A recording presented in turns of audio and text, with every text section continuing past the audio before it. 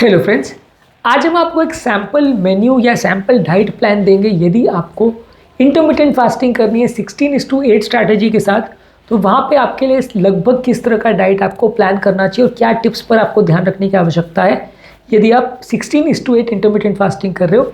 Intermittent fasting basically वज़न कम करने की एक स्ट्रैटेजी है जहाँ पे आप कुछ घंटे का फास्ट रखते हो और दिन के बचे हुए टाइम में आप खाना खाते हो। मान लीजिए आपने 12 घंटे का फास्ट किया तो बाकी खाना आपको जो खाना है वो बाकी 12 घंटे में खाना है। आपने 16 घंटे का फास्ट किया तो बाकी जो खाना है वो आपको 8 घंटे में खाना है। 20 घंटे 18 घंटे का किया तो बाकी जो आपको खाना है वो बाकी 4 या 6 घंटे में आपको खाना है। तो इस हिसाब से हम आपके मेन्यू को डिसाइड करने में मदद करेंगे ताकि आप एक डिसेंट डाइट ले सकें और ताकि आपका ओवरऑल वज़न कम भी हो सके, कोलेस्ट्रॉल भी कम हो सके, बीपी और डायबिटीज़ में भी फ़ायदा हो और आपको थोड़े फूड ऑप्शंस भी मिल जाए। तो आज एक सैम्पल मेन्यू आपको देंगे।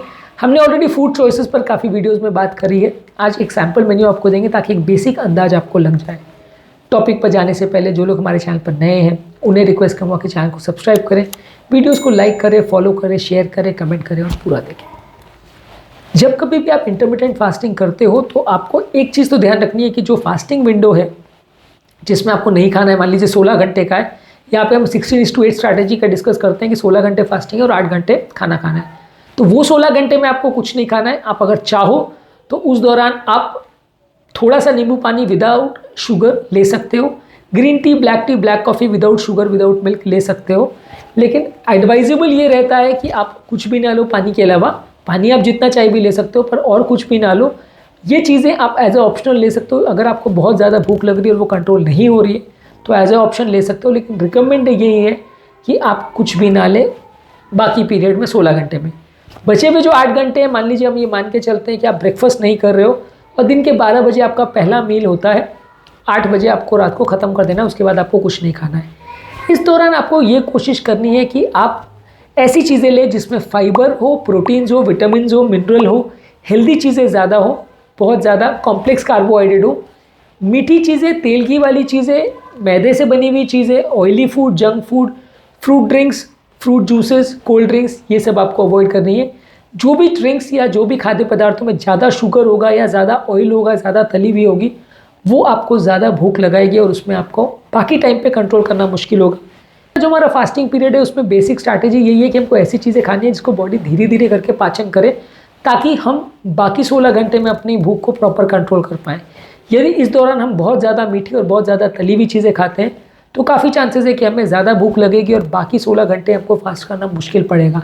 तो ऐसे केस में हमको ये कोशिश करनी चाहिए कि हम बाकी 8 घंटे ऐसा मेन्यू रखें जो हेल्दी हो, विटामिन मिनरल्स भी हमको दे और उसकी वजह से हमें बाकी टाइम पे भी फास्टिंग करना ईजी हो जाए। मान लीजिए 12 बजे अगर लंच कर रहे हो तो उस टाइम पे अगर आप नॉनवेज खाते हो तो एग्स वगैरह ले सकते हैं या पालक का या टमाटो वगैरह का कुछ ले सकते हैं डिश जो कि ऑलिव ऑयल में बना हो तो और ज़्यादा हेल्दी है। कोई भी तरह की सब्ज़ी वगैरह आप ले सकते हैं, दाल रोटी वगैरह ले सकते हैं। चावल बहुत ज़्यादा नहीं लीजिए, फ्राइड राइस या फ्राइड कई भी चीज़ें को बहुत ज़्यादा मत लीजिए। आप ब्राउन राइस ले सकते हो पर वो भी उतना हेल्दी नहीं, पर हाँ वाइट राइस के कंपैरिजन में हेल्दी है। इसके अलावा आप होल ग्रेन का टोस्ट ले सकते हो या इसके अलावा आप शकरकंद की बनी हुई चीज़ें ले सकते हो। सब्जियों में ज़्यादातर चीज़ें आप ले सकते हो, उसमें आपको चलेगा। फ्रेश फ्रूट में ज़्यादातर आप कोशिश करिए कि एप्पल, बेरीज़, नाशपाती, पियर्स या स्ट्रॉबेरीज़ में से आप कुछ चीज़ें को ले। इसमें से अलग अलग दिन पे आप अलग अलग फ्रूट्स के कॉम्बिनेशंस को ले सकते हैं। कोशिश करिए कि ज़्यादा मीठे फ्रूट्स जैसे कि लीची है, जैसे कि अगर आम है, अंगूर है, इस सब चीज़ों को आप अवॉइड करिए क्योंकि इसमें ज़्यादा शुगर्स होते हैं। तो इनको ज़्यादा मात्रा में खाने से आपका वज़न बढ़ेगा और आपको और ज़्यादा भूख लगेगी, ज़्यादा खाने का मन करेगा। इसके अलावा आप पानी ज़्यादा मात्रा में ले सकते हैं। अगर फिर भी आपको कोई ड्रिंक लेना है तो हर्बल टी ले सकते हैं। तो ये ओवरऑल आपका एक तरह से सैम्पल मेन्यू होगा। इसके अलावा अगर आप नॉनवेज लेते हैं तो कोई भी चिकन से बनी हुई डिश ले सकते हैं। अगर आप वेजिटेरियन तो वेजिटेबल सैलड्स वगैरह ले सकते हैं।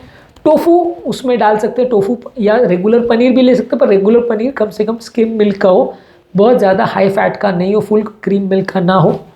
इसके अलावा आप सब्जियों में अलग अलग तरह की सब्जियां हैं जैसे कोई सैलड्स है, फूल गोभी, पत्ता गोभी, शिमला मिर्च वगैरह है, खीरा है, ये सब ले सकते हैं। टमाटर ले सकते हैं, हरी साग सब्जियां ले सकते हैं, बहुत सारी तरह की सब्जियां बना सकते हैं। आलू को थोड़ा अवॉइड करिए, शकरकंद भी बहुत ज़्यादा मत लीजिए। इसके अलावा आप ब्राउन राइस को या क्विनोआ को ले सकते हैं, ये दोनों सीरियल्स में आ सकते हैं। ब्राउन राइस को भी मैंने जैसे कहा बहुत ज़्यादा मात्रा में नहीं लेना है, इसको भी लिमिटेड मात्रा में लीजिए।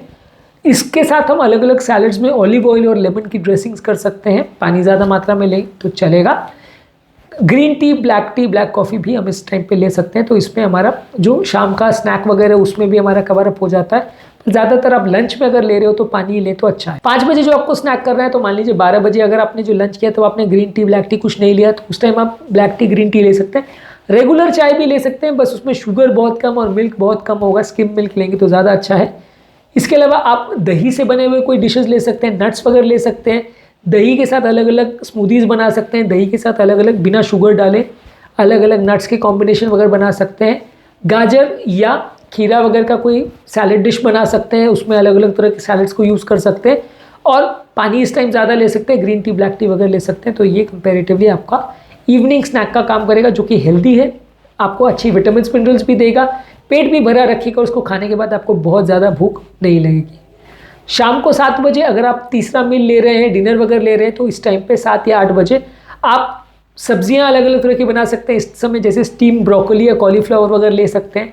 मिक्स्ड हरी साग सब्जी का सैलड बना सकते हैं विद एवोकाडो। एवोकाडो काफ़ी अच्छा है, जो कि हेल्दी और अनसैचुरेटेड फैट्स आपको देता है। इसी के साथ आप क्विनोआ या स्वीट पोटैटो या ओट्स को ले सकते हैं, वो एक अच्छा डिनर आपके लिए साबित हो सकता है। फिश जो लोग लेते हैं वो फिश ले सकते हैं बेक करके, या दालें वगैरह आप ले सकते हैं, और इसके साथ आप पानी ले सकते हैं। और रात को जब आपको सोने जाना हो उससे 2-3 घंटे पहले जो लास्ट आप अगर बेवरेज लेना चाहते हो, मान लीजिए 7 बजे आपने डिनर किया और 8 बजे आपको कोई बेवरेज लेना है, तो इस दौरान आप पानी ले सकते हैं, वो बेस्ट है। हर्बल टी ले सकते हैं, ग्रीन टी, ब्लैक कॉफ़ी ले सकते हैं।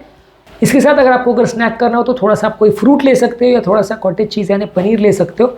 बहुत ज़्यादा मात्रा में नहीं लीजिए।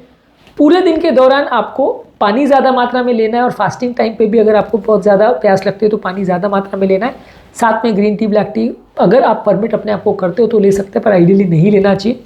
जो भी खाना आप खा रहे हो उसको इस तरह के चूज़ कीजिए कि अलग अलग टाइम पे आपको अलग अलग तरह के न्यूट्रिएंट्स मिले, न्यूट्रिएंट डेंस और लो कैलोरी फूड्स मिले, जिसमें आपका प्रोटीन ज़्यादा हो, कॉम्प्लेक्स कार्बोहाइड्रेट ज़्यादा हो, हेल्दी फैट ज़्यादा हो, लेकिन सिंपल कार्बोहाइड्रेट या शुगर्स उसमें कंपेरेटिवली कम हो।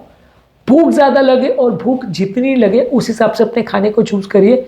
बिना भूख लगे या जब भूख नहीं लग रही है तो सिर्फ आपका टाइम हो गया खाना खाने का हिसाब से खाना मत खाइए। कोशिश करिए कि आप अगर फास्टिंग को ज़्यादा लंबा खींच सके तो ज़्यादा अच्छा है। फास्ट ब्रेक करने का टाइम जो भी आपने डिसाइड किया उसके हिसाब से स्टिक करने का कोशिश करिए।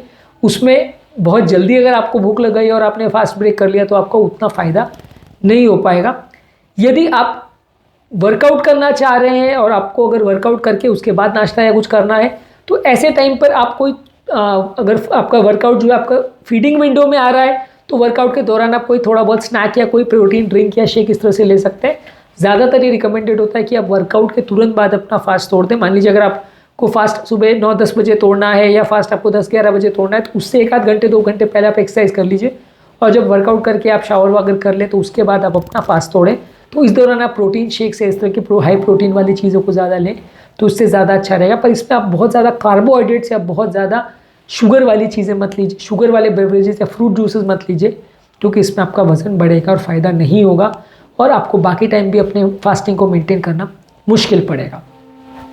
तो आज के टॉपिक में एक सैम्पल मील के बारे में हमने बात करी, जो अगर किसी व्यक्ति को इंटरमिटेंट फास्टिंग करना है तो वो इसका प्रयोग कर सकता है, और वो कौन कौन सी टिप्स का है, कौन कौन सी चीज़ों को फॉलो कर सकता है जिससे उसको इंटरमिटेंट फास्टिंग रखने में थोड़ी सुविधा होगी। इस बारे में हमने बात करी।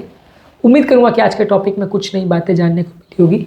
जो लोग हमारे चैनल पर नए हैं उन्हें रिक्वेस्ट करूँगा कि चैनल को सब्सक्राइब करें, वीडियोज़ को लाइक करें, फॉलो करें, कमेंट करें, पूरा देखें और शेयर भी करें। Thank you.